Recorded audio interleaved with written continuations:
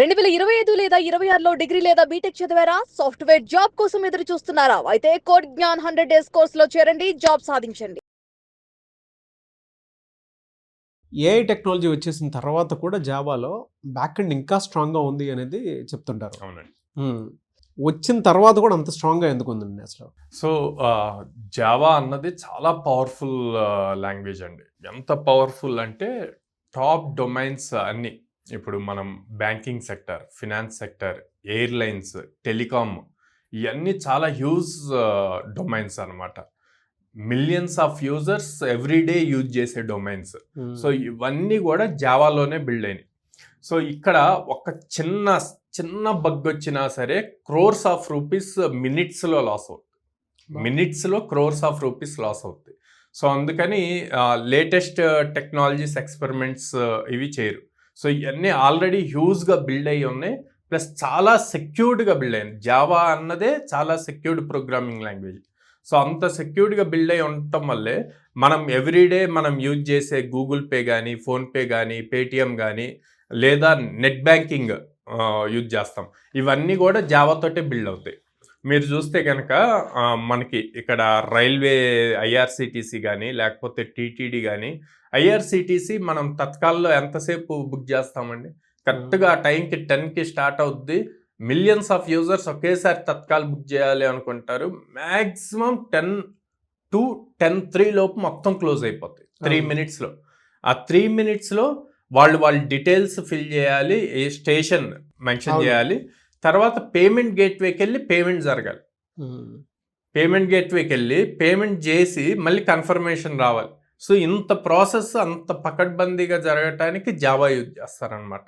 So అందుకే దీన్ని ఎవరు కూడా ఇంక అయిపోయింది జావా అంటానికి లేదు. ఏఐ వస్తుంది, డేటా సైన్స్ వచ్చింది, రేపు పొద్దున క్వాంటమ్ వస్తుంది. కానీ ఇది evergreen language. On top of this జావాకి పైన ఫ్రేమ్వర్క్స్ వస్తాయి. ఫర్ సపోజ్ ఇప్పుడు హైబర్నెట్, స్ప్రింగ్ బూట్ ఉంది. ఓకే, ఇప్పుడు ఏఐ వచ్చింది. స్ప్రింగ్ బూట్లో ఏఐని ఎలా యూజ్ చేయాలి అని చెప్పి ఇప్పుడు ప్రాజెక్ట్స్ జరుగుతున్నాయి. సో అలాగా మీకు ఆన్ టాప్ ఆఫ్ జావా వస్తుంది, కానీ జావా అన్నది పోదు. సో జావా మ్యాండేటరీగా ఉంటుంది.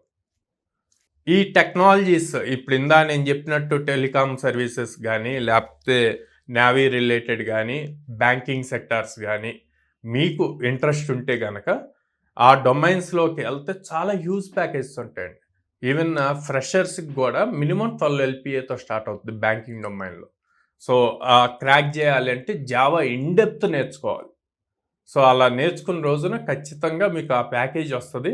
అప్పుడు మీకు ఎంత లేటెస్ట్ టెక్నాలజీస్ ఏఐ వచ్చింది, డేటా సైన్స్ వచ్చింది అన్నా కూడా లే ఆఫ్ ఉండదు. మీరు ఇన్ని లే ఆఫ్స్ వస్తున్నారు కదా, ఎక్కడైనా సరే జావా డెవలపర్ లే ఆఫ్ అయ్యారని చదివారు ఇంతవరకు? నాకు తెలిసి అయితే నేను ఇంతవరకు చదవాలి. ఇన్ని లే ఆఫ్స్ అన్నీ కూడా ప్రోగ్రామింగ్ రాయకుండా టూల్స్ యూజ్ చేసేవాళ్ళు లేకపోతే మేనేజ్మెంట్ సైడ్ ఉన్న వాళ్ళు ఇట్లాగున్నారు. కానీ Java developers, Python developers lay off అయ్యారు అని చెప్పి ఎక్కడా నేను చదవలేదు. ఎందుకంటే అంత స్ట్రాంగ్ ఇంపార్టెన్స్ ఉంది ప్రోగ్రామింగ్కి. ఎన్ని న్యూ టెక్నాలజీస్ వచ్చినా వీళ్ళు కావాలి. సో పేరెంట్స్ కూడా ఇది థింక్ చేయాలండి. అందరూ ఏఐ గురించి మాట్లాడుతున్నారు, డేటా సైన్స్ గురించి మాట్లాడుతున్నారు అన్నప్పుడు అసలు రియల్గా ఫ్రెషర్స్కి అంటే కాలేజ్ నుంచి బయటకు వస్తున్న వాళ్ళకి ఎన్ని జాబ్స్ ఉన్నాయి ఏఐ మీద, డేటా సైన్స్ మీద, అదే జావా మీద, పైథాన్ మీద ఎన్ని ఉన్నాయి అన్న కొంచెం రియాలిటీ చెక్ చేసుకొని అప్పుడు అందరిలాగా గుంపులో ఒక పర్సన్ లాగా సేమ్ టెక్నాలజీ నేర్చుకొని అంత టఫ్ కాంపిటీషన్ని ఫేస్ చేసే బదులు దేని మీద ఎక్కువ జాబ్స్ ఉన్నాయన్నది చూసుకొని అది నేర్చుకొని కెరీర్ స్టార్ట్ చేయడం ఇంపార్టెంట్. ఒక్కసారి కెరీర్ స్టార్ట్ అయితే ఏ టెక్నాలజీలోకైనా మూవ్ అవ్వచ్చు విత్ ఇన్ ద కంపెనీ. చాలా బాగా చెప్పారు సార్.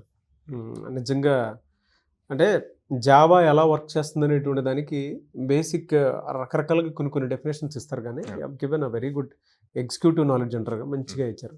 థ్యాంక్ యూ అండి. Thank you so much sir. Thank you అండి.